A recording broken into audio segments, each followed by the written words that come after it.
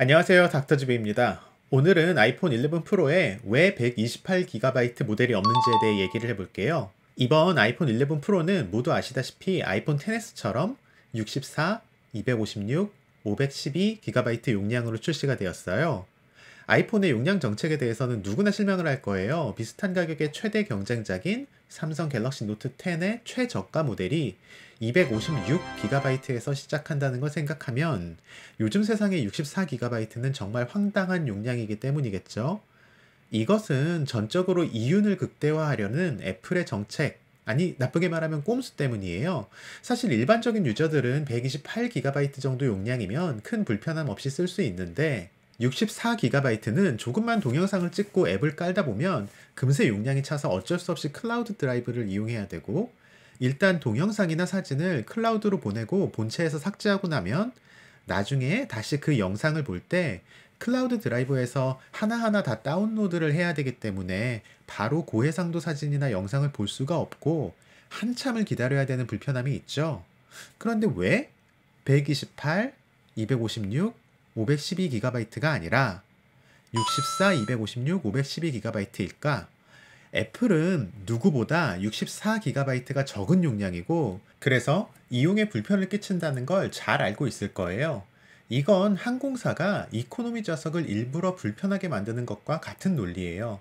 좌석을 많이 기울일 수 없게 하고 간격을 좁혀서 억지로 불편하게 만들어 놓으면 돈을 댈 수 있는 사람들은 그것을 못 참고 비즈니스나 퍼스트 클래스로 가는 것이죠.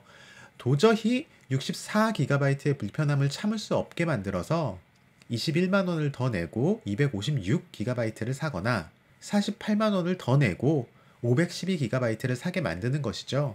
그나마 프로 모델이 아닌 일반 아이폰 11 모델의 경우에는 7만 원만 더 내고 128GB 모델을 살 수 있는데 프로 모델에는 128GB가 없어요. 애플이 처음부터 이랬던 것은 아니에요. 10년 전에 아이폰 3GS는 8, 16, 32GB 모델이 나왔고 4에서도 마찬가지로 8, 16, 32, 4S에서는 64GB 모델을 더해서 8, 16, 32, 64GB 모델이 나왔어요. 생각해보면 2007년에 나온 1세대 아이폰도 16GB 용량이 있었는데 그것보다 5년이 더 지나서 나온 아이폰 5에 반토막인 8GB를 유지하는 건 너무하다고 생각을 했었는지 아이폰 5는 16, 32, 64GB 모델만 나왔어요. 5S에서도 용량 변화가 없었죠. 애플이 아이폰을 팔면서 지금과 같은 용량 정책을 택하기 시작한 것은 그 다음 해에 나온 아이폰 6에서부터였어요. 아이폰 6가 나왔던 2014년 9월에는 가장 많은 사람이 원할 법한 아이폰 용량이 32GB 정도였어요. 그런데 그때 애플은 32를 빼고 16, 64, 128GB 아이폰 6를 팔았어요. 저도 그때 64GB 아이폰을 울며 겨자 먹기로 샀던 기억이 나요. 이렇게 해보고 애플은 재미를 봤는지 그 맛을 못 잊어서 그 이후로 계속 이런 식의 용량 측정을 하고 있어요. 아이폰 7은 그 무렵 가장 수요가 많았던 64GB를 빼고 32, 128, 256GB를 팔았고, 아이폰 10은 지금처럼 128GB를 빼고 64, 256GB를 팔았어요. 10S에서 512가 추가되고 그것은 지금 11 프로까지 이어지고 있죠. 애플은 이미 회사 가치가 1000조 원이 넘는 기업이에요. 그리고 아이폰은 이제 살만한 대부분의 사람들이 이미 가지고 있어서 연간 판매량이 예전처럼 폭발적으로 늘고 있지 않아요. 그렇기 때문에 애플로서는 같은 대수를 팔면서도 한 대 한 대 팔 때마다 최대한 이윤을 짜내는 것이 기업 실적에 있어서 중요하게 되었어요. 애플 입장에서 아이폰의 저장 장치 원가는 64GB나 512GB나 별로 차이가 나지 않을 거예요.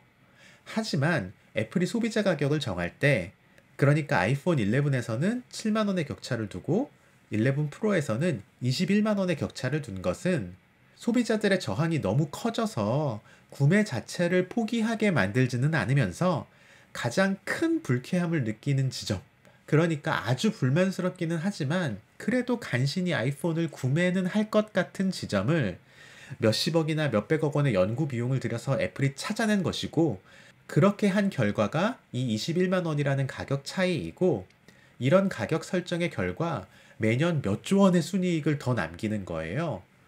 아이폰은 충분히 할 수 있는데 일부러 안 하는 것들이 많아요. 예를 들면 이번에 아이폰 11에서 도입된 나이트 모드 사진 정도는 사실 어차피 소프트웨어적으로 처리를 하는 것이기 때문에 10이나 10S에서 지원을 못할 이유가 없어요. 훨씬 성능이 낮은 카메라 모듈이나 프로세서를 사용하는 안드로이드 폰들도 나이트 모드를 지원을 해요. 그러니까 이건 그냥 아이폰 11을 사게 하기 위해서 막고 있는 거라고 볼 수밖에 없어요. 그리고 또 하나, 안드로이드에서는 7년 전부터 있었던 Always On 디스플레이도 사실 아이폰에서 지원을 못할 이유가 없어요. 아이폰 11 프로는 비디오 재생을 18시간 동안이나 할 수 있는 배터리 용량이 있고, 프로 맥스는 심지어 20시간을 버티는데, AOD를 허용해 준다고 해도 여기서 사실 1시간도 배터리 시간이 더 줄어들지 않을 거예요.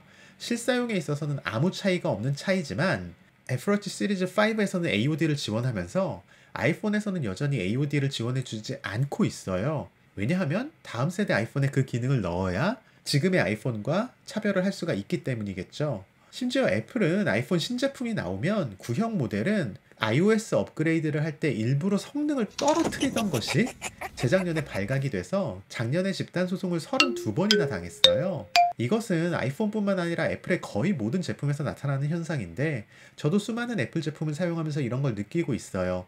예를 들면 2016년에 샀던 애플워치 시리즈 2 에디션이 다음 해에 애플워치 시리즈 3가 나오고 나서는 사용하는데 엄청난 불쾌감이 느껴질 정도로 느려진 것을 피부로 느끼면서 깨달았어요. 아무튼 이것을 배터리 게이트라고 해요.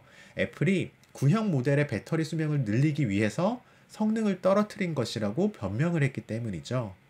기술적으로는 어느 정도 타당한 부분도 있지만 전략 그리고 마케팅적으로는 느려진 속도를 못 견딘 고객이 신제품으로 교체하는 것을 부추기기 위해서라고 보는 게 맞는 것 같아요. 이 사건 이후에 애플은 아이폰의 경우에는 성능을 제한해서 배터리 수명을 늘릴지, 아니면 배터리 수명이 좀 짧아지더라도 성능을 그대로 두고 사용을 할지 이용자에게 선택권을 줬어요.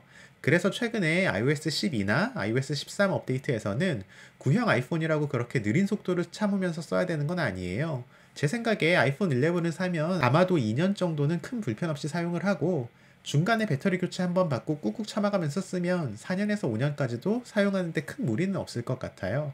물론 64GB 모델만 아니라면 말이죠. 자, 이제 애플이 128GB 모델을 출시하지 않는 이유에 대해 조금 이해가 되시나요? 다음 영상에서는 에어팟 프로를 리뷰해 볼게요.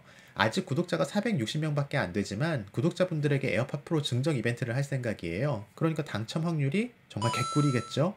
그때를 대비해서 구독, 알림 설정 꼭 부탁드려요. 지금까지 닥터집이었습니다.